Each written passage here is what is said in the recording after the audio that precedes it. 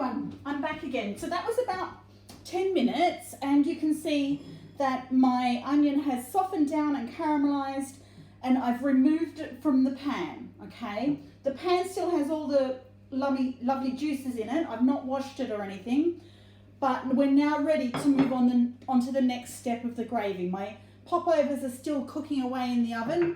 I'm going to put my hob back on. I'm going to put my butter. We're going to make what's called a roux. Okay, it's the thing that will thicken our gravy for us. A roux is flour and butter mixed together. So we melt the butter first in our pan. And then once the butter is melted, we add the flour and we do something that's called cooking the flour out. So cooking the flour out is we add the flour and we cook it for 1 minute so that the starch that is inside the flour gets a wake-up call, okay? The heat from the pan says to the starch, look, you're going to be on duty in a second because it's the starch that's working to thicken up the mixture. So if you don't cook the flour out, the starch doesn't get its wake-up call. So it doesn't then do the gelatinization process that it's supposed to do.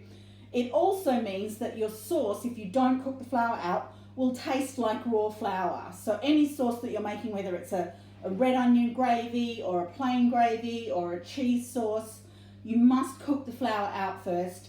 Otherwise, it's not going to taste good at all.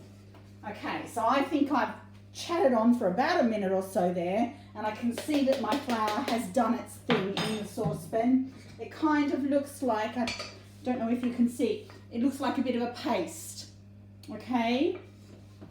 And then, of course, the thing about a good gravy is it's not lumpy. Now, how do you get a lump-free gravy? You slowly add the liquid, okay, whatever liquid you're using. Like I said, we're using beef stock, so I've got a beef stock cube, just to remind you, beef stock cube, 300 mils of boiling water in there. And I'm going to stir continuously. Apologies for my back, but there's not really any other way to do this at the minute. Stir continuously and slowly add. So you stir until all the lumps are disappeared and you've got a smooth paste again.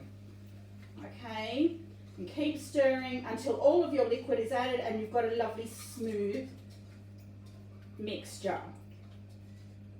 Now with any roux-based sauce, you must stand and stir it. You've got to give it the time of day, okay? You can't walk away and leave it alone. If you do that, what's going to happen is all of the flour that you've got in the sauce will just sink to the bottom and form a gluggy mess on the bottom and you'll have liquid on the top. Not glamorous at all. So what I'm going to do is I'm going to stop recording just now. You don't need to sit and watch me do stirring of a sauce, and then I'll be back in a few moments when my gravy is ready. I'll see you in just a moment.